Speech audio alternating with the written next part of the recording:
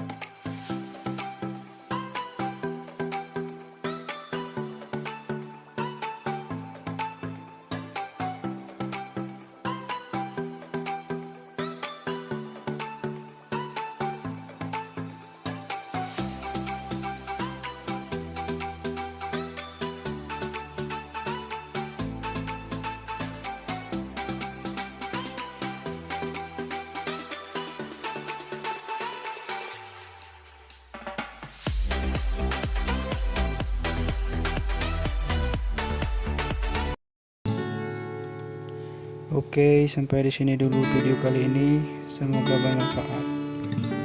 Jika masih bingung dan masih ada yang mau ditanyakan, silahkan tulis di kolom komentar ya. Sampai jumpa lagi di video-video lainnya. Assalamualaikum warahmatullahi wabarakatuh. Jangan lupa like, comment, subscribe, dan di share videonya ya sob. Sekian dan terima kasih.